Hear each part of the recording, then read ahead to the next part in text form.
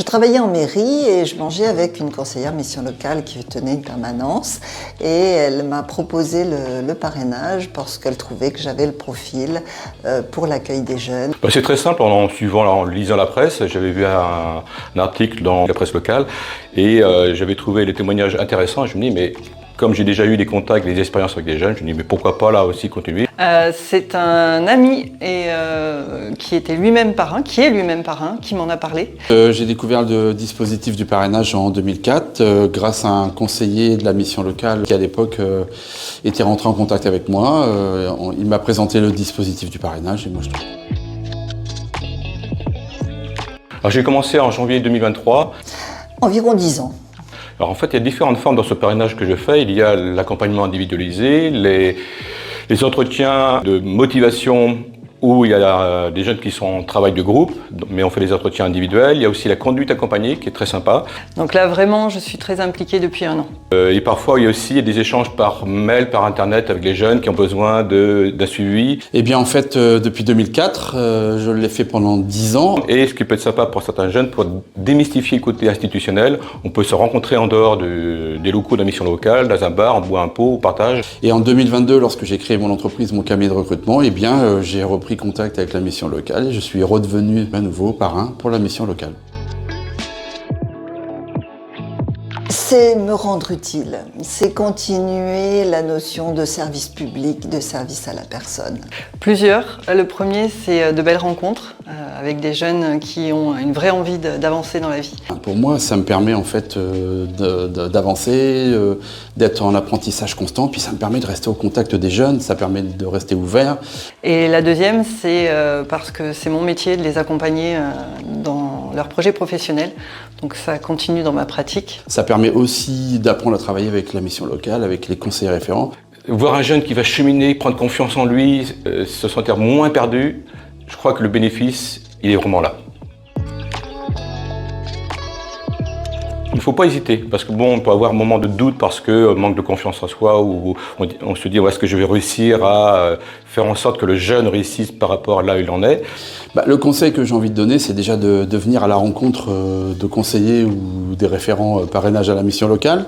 Le jeune en face, il peut être dans une telle phase de mal-être, de souffrance, parce qu'il y a des problèmes d'insertion professionnelle, d'insertion sociale, amoureuse, et tout ça, ça compose l'individu. De venir peut-être à la rencontre de jeunes, peut-être d'assister à une réunion de parrainage, ou peut-être d'assister à un entretien de parrainage. Je crois que s'il recherche un endroit où il a envie de s'investir, de donner et de recevoir en retour, c'est vraiment le meilleur endroit. Et nous, qui avons un peu d'expérience, si on peut apporter ce tutorat, cette prise de main pendant un certain temps, et je crois que c'est important pour un jeune qui est en panne.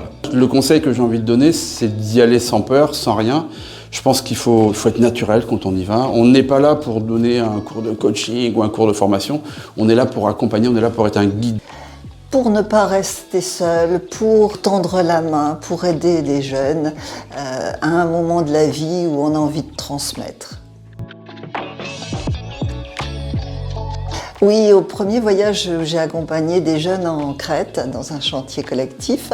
Dans la voiture, une jeune m'a posé la question, pourquoi j'étais là, pourquoi je représentais la mission locale. Je voudrais dire merci à tous les jeunes qui m'ont fait confiance et encourager tous ceux qui ont du temps à le donner, ou même s'ils n'en ont pas beaucoup, à le prendre pour le partager avec ces jeunes. C'est vraiment super enrichissant.